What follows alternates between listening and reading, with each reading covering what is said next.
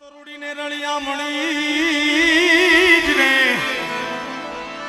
વળી પાછી હરિયાળી ને તાળ પણ ચારણ ચારણ ગીર નથી મેળવી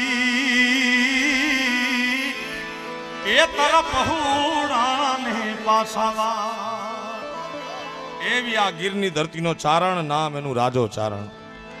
આહા, અને ગીરની ધરતી માટે એને ઘણા ગીત લખ્યા.